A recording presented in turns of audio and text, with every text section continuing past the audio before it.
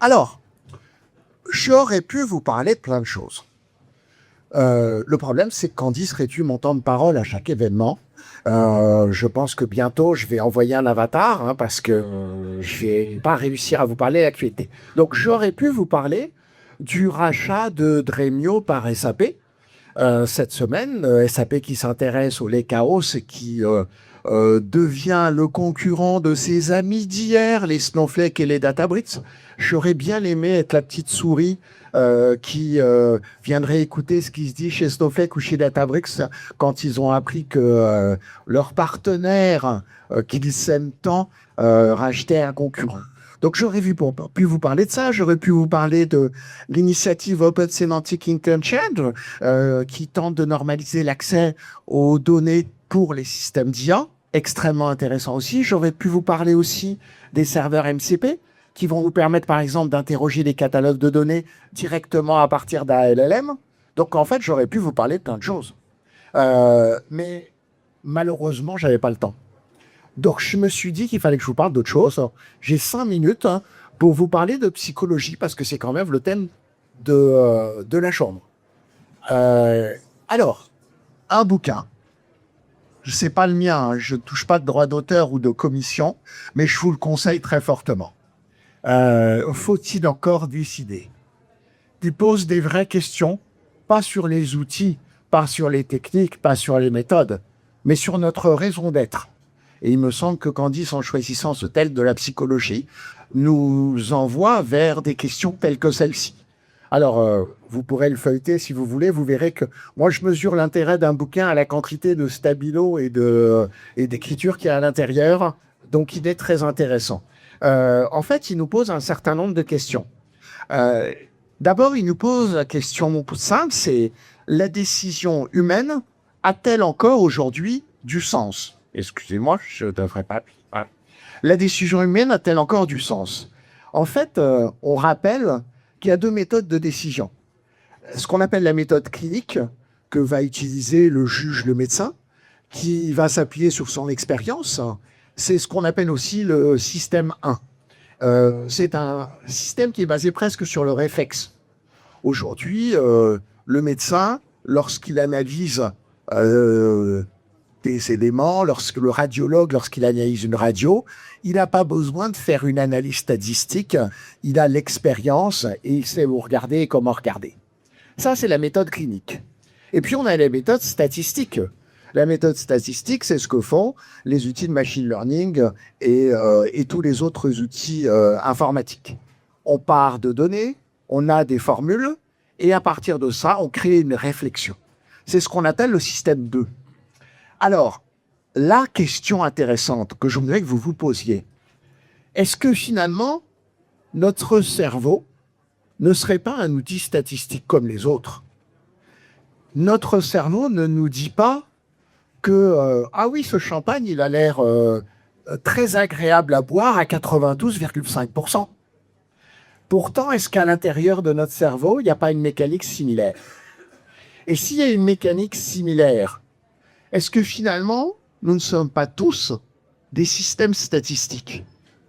Est-ce que ce que l'on appelle le réflexe, l'expérience, l'intuition, c'est pas une manière cachée de parler finalement de la même chose, de la formule mathématique, de la donnée en entrée, etc. En tout cas, le livre pose cette question-là, il donne des arguments intéressants pour essayer de comprendre si oui ou si non. Deuxième question intéressante qu'on va pouvoir se poser, c'est si dans un futur plus ou moins proche, il était démontré que nous, êtres humains, nous décidons moins bien que la machine. Est-ce qu'on va savoir s'effacer? Est-ce qu'on va savoir dire « Non, la machine est meilleure que moi, je préfère la laisser décider » Ou est-ce qu'on va avoir une espèce d'arrogance, une espèce d'ego qui va venir à chaque fois vouloir qu'on en fasse un peu plus, alors qu'en réalité, on devrait laisser faire la machine? En fait, c'est intéressant parce que on attend de la machine la perfection. On n'attend pas de l'être humain la perfection. On dit bien que l'erreur est humaine. On ne dit pas que l'erreur est la machine. On attend de la machine la perfection. Mais la machine se trompe-t-elle plus ou moins que l'homme? Aujourd'hui, il y a beaucoup d'études, et dans le livre, plusieurs sont reprises, qui démontrent qu'aujourd'hui, dans un très grand nombre de domaines, la machine se trompe moins que l'homme. Alors quand on dit « Ah oui, mais finalement, c'est la combinaison machine et homme qui est intéressante », est-ce que l'être humain, lorsqu'il corrige la machine, il rend service ou pas? Est-ce qu'il ne faudrait pas laisser la machine se tromper et finalement laisser la machine s'améliorer? C'est difficile parce que c'est ce qu'on appelle une blessure narcissique. Qu'est-ce qu'on devient si la machine, mathématiquement, décide mieux que nous? Est-ce qu'on va être capable de faire un pas en arrière et de la laisser décider là où on va accepter l'idée qu'on n'existe plus? Alors, c'est aussi un concept qu'on appelle le pardon asymétrique des erreurs. Vous l'avez tous vécu. Vous savez par exemple que les voitures autonomes ont beaucoup moins d'accidents que les voitures conduites par des êtres humains. Il y a des centaines de morts dans le monde chaque jour. On fait malheureusement pas un article à chaque fois qu'il y a un accident de voiture. Sauf si c'est une voiture autonome, où ça va faire la une. C'est ce qu'on appelle le pardon asymétrique des erreurs. On ne veut pas que la machine soit finalement meilleure que nous. Alors la dernière question, c'est est-ce qu'on ne devrait pas finalement, ou est-ce qu'on ne va pas souhaiter, mal décider? Pourquoi mal décider? Finalement, pour justifier le fait qu'on existe. Quand on dit que l'imperfection est le propre de l'homme, est-ce que ça veut dire qu'on doit chercher à atteindre la perfection avec la machine? Est-ce qu'en réalité, on n'aurait pas intérêt à avoir une machine qui est juste un petit peu meilleure que l'être humain? Et dans ce cas-là, être capable de dire, mais finalement, non, je préfère laisser la machine décider. Elle va faire quelques erreurs, elle va s'améliorer, mais elle va le faire mathématiquement. Alors que l'homme, il n'est pas parfait, il est irrationnel. Alors, est-ce qu'on veut vivre dans un monde où on aime l'irrationalité, où on aime l'imperfection? Ou est-ce qu'on veut vivre dans un monde où tout le monde va être parfait, parce que finalement, ce seront tous des machines? Et donc, du coup, c'est là que se pose la question clé. Faut-il encore décider?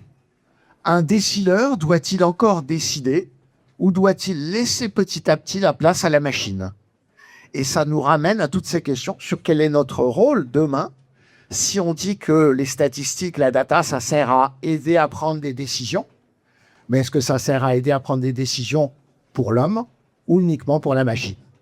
Donc ça, c'est véritablement quelque chose qui me semble intéressant d'un point de vue psychologique à étudier.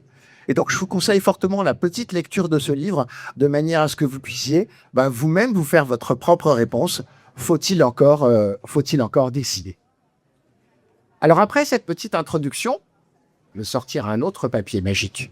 Beaucoup de papier magique dans cette soirée. Le problème, c'est que la psychologie, c'est bien, on se pose des questions comme ça, mais enfin, ça ne paye pas les factures, hein. Donc, il va falloir qu'on soit un peu plus concret. Et justement, on a l'homme de la situation. L'homme concret. L'homme qui interroge, l'homme qui analyse, l'homme qui prend des chiffres pour en tirer des conclusions. Cet homme, c'est Jean Menneveau. On l'applaudit. T'as un peu mis la pression, Tom, ça? Non, tranquille. Ouais, franchement, tranquille. Moi, j'ai pas bu le champagne en plus, donc Qu'est-ce que ce serait si j'aurais vaincu, hein? Alors, peut-être que tu peux commencer par nous expliquer rapidement. Donc, Jean Menneveau, Columbus Consulting, auteur d'un baromètre. C'est la deuxième fois qu'on présente ici au Data After Work. Explique-nous un petit peu le cadre de ce baromètre, peut-être, pour commencer. Ouais, bien sûr. Alors, je vais essayer d'être concis, mais c'est pas la partie la plus fun.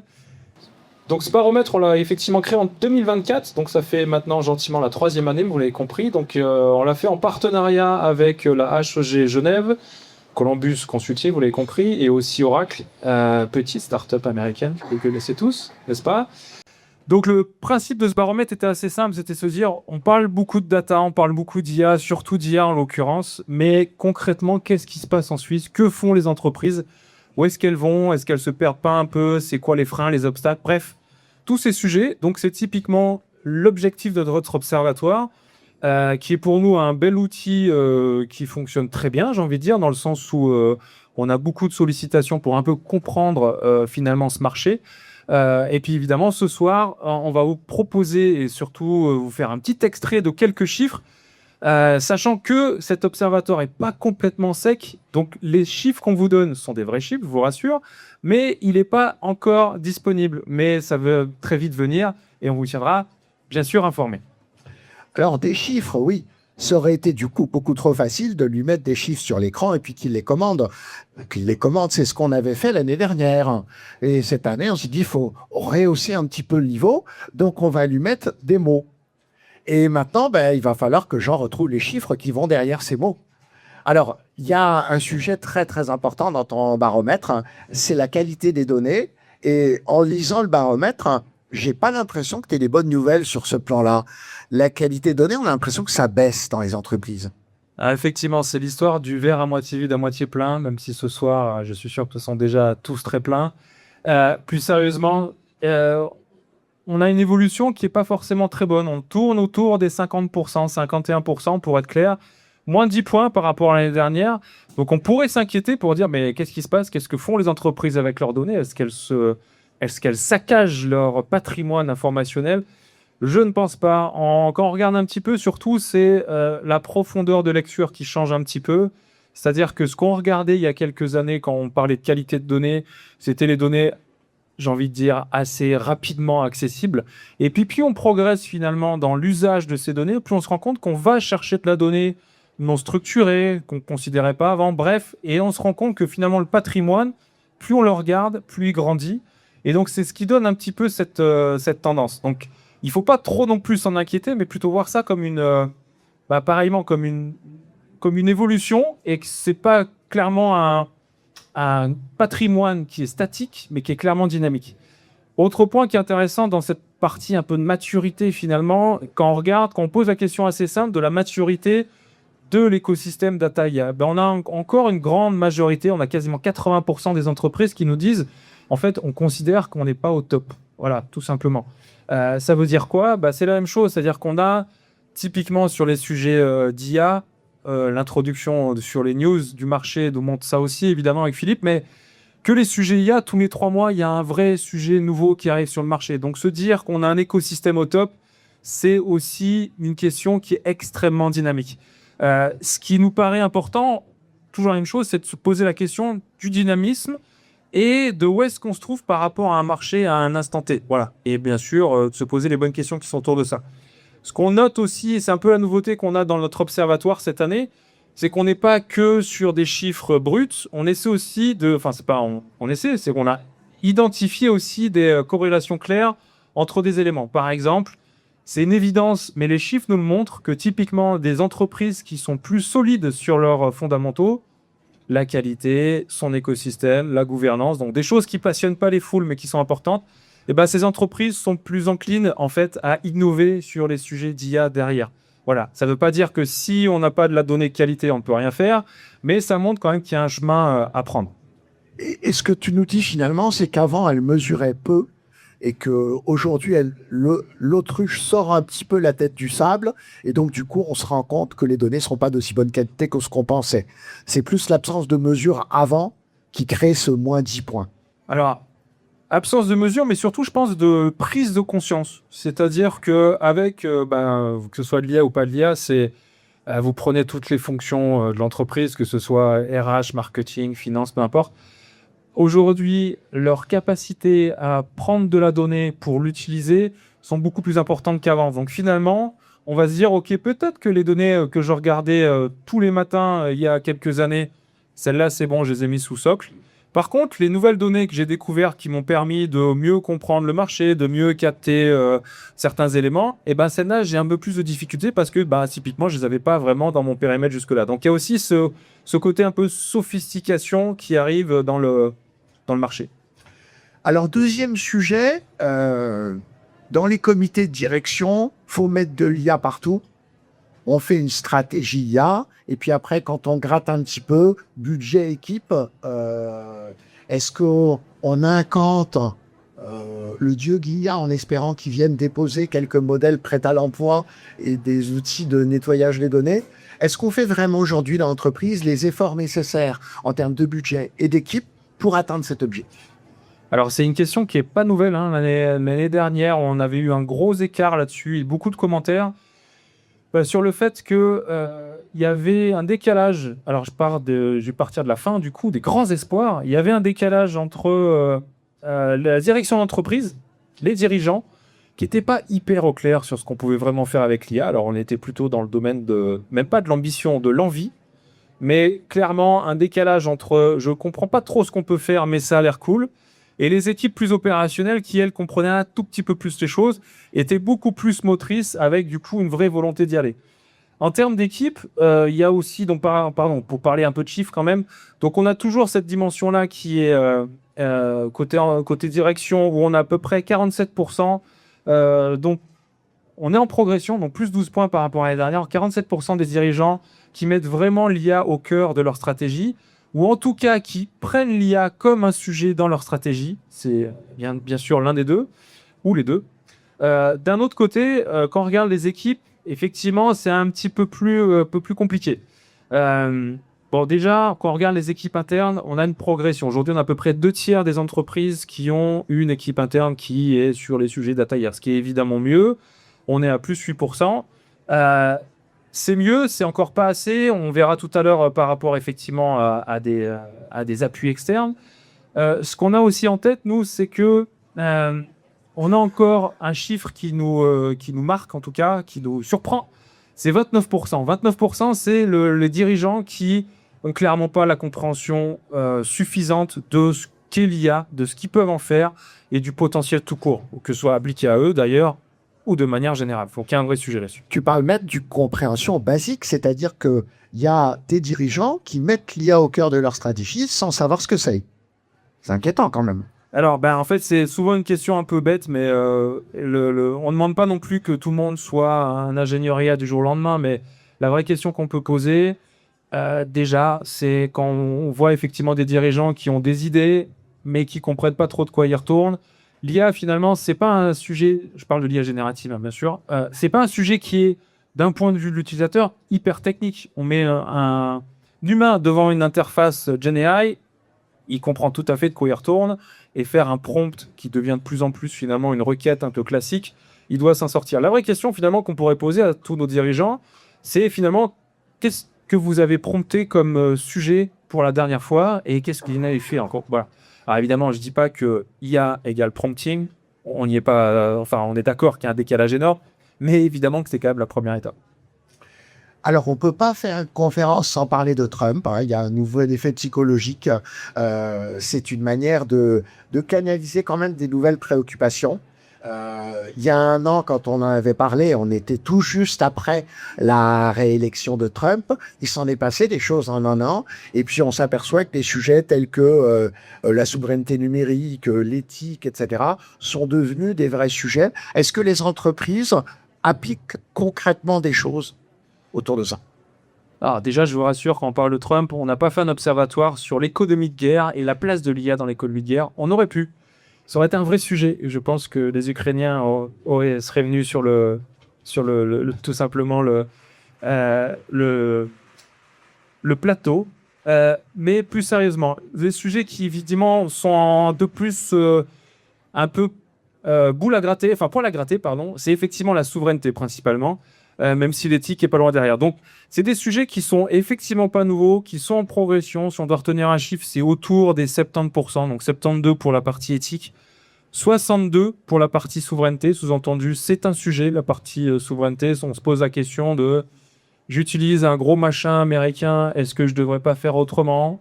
Pourquoi? Comment? Est-ce que si j'utilise un gros machin américain, est-ce que c'est un problème? Oui, non. Et comment? Donc ça, c'est évidemment un sujet. Il y a aussi un autre aspect qui est... donc là, c'est la partie un peu plus, on va dire, prise de conscience.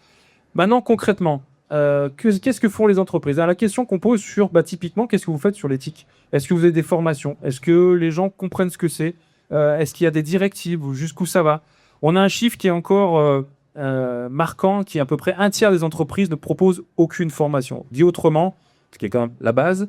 Dit autrement, ça veut dire que les entreprises suisses, aujourd'hui, pour un tiers d'entre elles, elles laissent les employés mettre ce qu'ils veulent derrière le mot éthique. Voilà. Donc, on peut imaginer que les gens sont responsables, mais évidemment jusqu'à un certain point. En tout cas, ce que nous, on peut voir aussi au global, c'est que, en tout cas, les demandes sur des acteurs un petit peu plus locaux, européens ou suisses, sont en forte augmentation. Ça ne veut pas dire que demain tout bascule, mais c'est une question qui est un peu plus chaude, qu'on voit bien évidemment dans les projets, les appels d'offres, j'en passe à des meilleurs. Et tu disais, cette mauvaise nouvelle, là, les 34% qui n'offrent aucune formation formelle sur l'éthique, data et IA, c'est en augmentation de 14 points. Ça veut dire qu'on va vraiment pas dans la bonne direction. Il y en a là, hein, j'en ai vu un là, où je sais que ça va pas. Il n'y a pas. Ça va pas. Et effectivement, il y a une petite progression de 14 points, donc c'est effectivement pas la bonne direction. Après, se pose la question de comment on incarne l'éthique dans une entreprise. Ça, c'est un vrai sujet. Soit on le fait par l'exemple, soit on peut se dire aussi on fait simplement des directives. Le cas typique, c'est on met un outil généré du marché, on fait signer une politique d'usage et d'utilisation et on s'en lave les mains. Sur le papier, ça le fait, dans le sens où, entre guillemets, j'ai été formé, j'ai lu un document, j'ai tiqué la box et je suis content. En réalité, c'est pas terrible. Nous, ce qu'on voit aussi plus sur le marché, c'est qu'avec la sophistication de l'IA et des usages et potentiellement des agences, et finalement, on encadre de plus en plus les usages sans le dire. Sous-entendu que les choses sont beaucoup plus prêtes à être utilisées sur étagère. Et donc, quelque part, ces sujets d'éthique sont un petit peu cachés. Alors, sujet suivant. Si tu peux passer le slide à la main, parce que j'ai plus de clics. Donc, sujet suivant. Alors, je pense avoir compris pourquoi je n'avais plus la possibilité de passer au sujet suivant. Parce que j'envisageais de faire une plaisanterie du motif français sur la lenteur helvétique. Donc, il y a eu une IA qui a anticipé ce que j'allais dire et qui m'a automatiquement bloqué. Peu importe, le slide qui est juste présenté, tout change, n'est pas trop vite. Est-ce qu'aujourd'hui, il y a un paradoxe helvétique autour de ça ?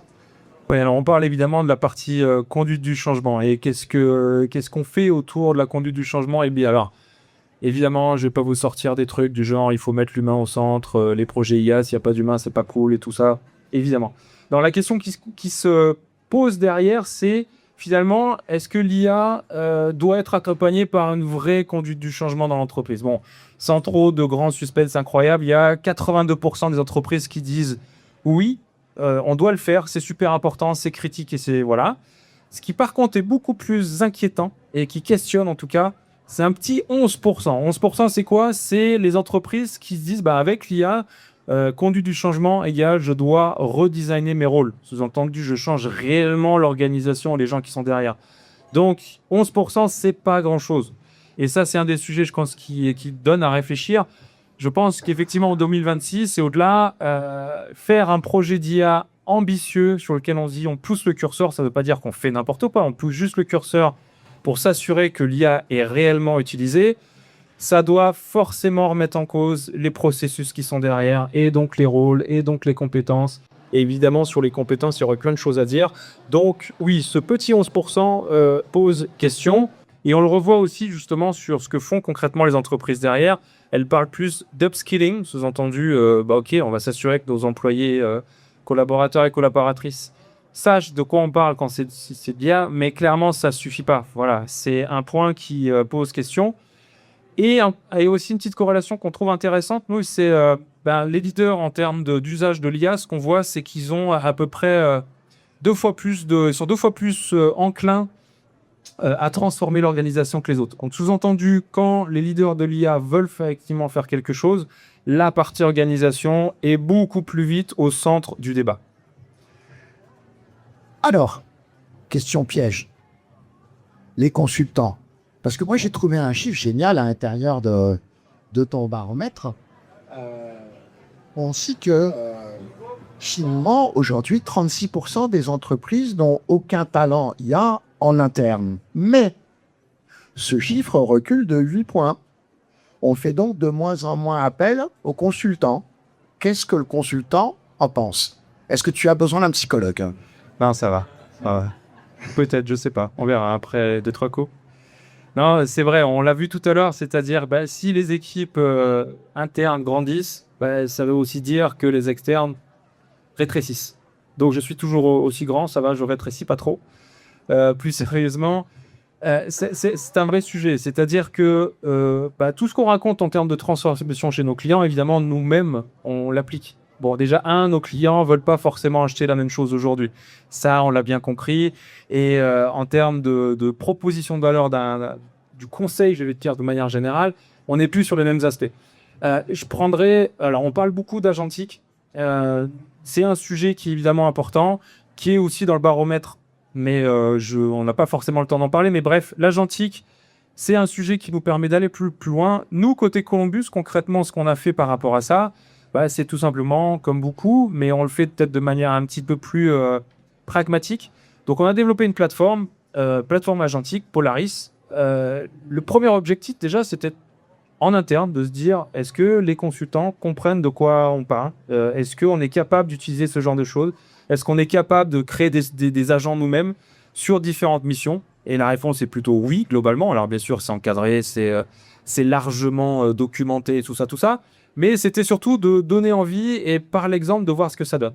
Et donc finalement, cette plateforme, elle est en interne et elle a dépassé nos murs. Donc maintenant, elle est aussi en externe. On l'utilise aussi sur nos projets pour aussi démontrer, expérimenter, montrer qu'un agent aujourd'hui, en 2026, c'est de loin pas juste un prompt qu'on va faire pour poser une question.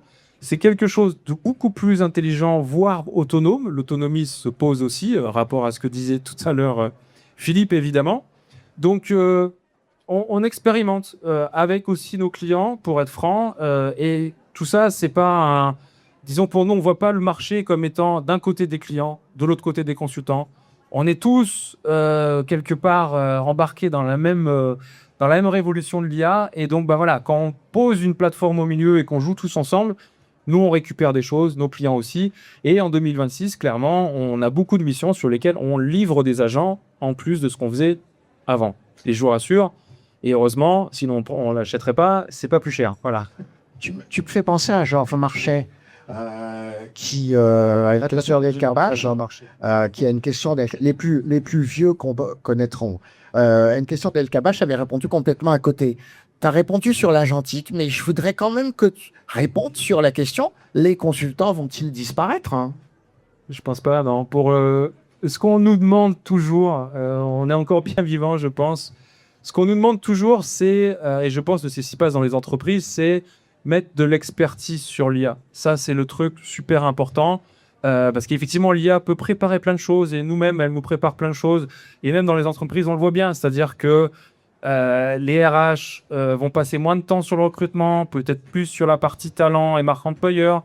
Les marketeurs, moins sur l'exécution des campagnes, plus sur la performance. Les financiers, moins sur la réconciliation, plus sur l'analyse, etc., etc. Et à chaque fois, en bout de chaîne, entre guillemets, bout de chaîne, c'est l'expertise qui fait la différence. Et donc, nous, quand on nous pose la question, on va du coup plus nous appeler sur de l'expertise, clairement. On va nous demander d'avoir des profils plus experts de manière générale. Et oui, on l'admet et on l'assume à 100% sur tout un tas de tâches. Comme je l'ai dit, et c'est pour ça que j'en parle de manière assez transparente, on utilise aussi des agents en toute transparence avec nos clients, avec des cadres évidemment qui vont bien. Certains clients, c'est plus facile que d'autres. Mais j'aurais dire, voilà, la révolution en marche et on fait tous partie du même sujet. Pas. La révolution en marche, ça me rappelle une mauvaise élection présidentielle récente, ça. C'est toi qui m'as embarqué là-dessus. Hein. Pour terminer, juste là, j'ai quand même envie de rajouter une dernière question, parce que ça va faire écho à ce que Candice va dire tout à l'heure. Les juniors, quand j'écoute le besoin d'expertise, ou sinon on met des agents, le junior qui sort de l'école, il voudrait être consultant, il a quand même une chance de trouver quelque chose ou pas? Alors, le sujet, c'est pas de devenir consultant, c'est il veut simplement trouver un travail. C'est plutôt ça, il veut chercher à penser à quelqu'un. Non, mais c'est un vrai sujet. Je pense qu'on a tous des réponses différentes, mais ce qui nous paraît important de manière générale, c'est toujours la même chose. C'est-à-dire que on voit plein d'entreprises qui ont de toute façon un vrai sujet de renouvellement de tout simplement leurs salariés, hein, on va appeler ça comme ça. Donc on a besoin effectivement de renouveler tout simplement la pyramide. Et après, ben, ça veut tout simplement dire que les jeunes actifs doivent être un peu plus adaptables et adaptés qu'il y a quelques années. Alors c'est vrai qu'on est dans une période de transition parce qu'on a des gens qui arrivent sur le marché. Potentiellement, on leur a dit pendant leurs études, attention, l'IA, c'est pas bien, il faut pas le faire. Bon, bien sûr, ils le faisaient, mais il n'y avait pas forcément une démarche complètement décomplexée là-dessus. Alors que quand ils arrivent en entreprise, c'est l'extrême inverse. Une démarche est hyper décomplexée. Si tu n'utilises pas de l'IA, bah, viens pas, en fait, c'est un peu ça. Donc, il faut trouver cet équilibre. On est sur une transition. On espère tous que la transition sera la plus courte possible pour les jeunes actifs. Mais je pense que globalement, la responsabilité est aussi collective de se dire nos futurs experts, c'est évidemment des jeunes actifs aujourd'hui et il faut qu'ils, comme tout le monde, qu'ils se forment. Ils vont sans doute plus vite sur l'IA générative que les managers actuels, c'est sûr. Profitons-en, allons-y, mélangeons les genres et amusons-nous pas. Et donc, le QR code que vous avez là, pour recevoir l'observatoire lorsqu'il sera dans sa version finalisée, c'est ça? Exactement. Puis vous avez du coup une petite description de ce qu'on fait sur Polaris, si ça vous intéresse. Et dans tous les cas, dès que l'observatoire chose, aussi des témoignages, des regards croisés, des analyses un petit peu plus poussées que le temps nous a permis de vous ouvrir, on vous enverra de toute façon ces éléments et vous pouvez déjà aller voir des choses. Parfait. Candice a un regard pincé parce qu'on vient de lui exploser son planning, mais on s'en fout parce que c'était super intéressant.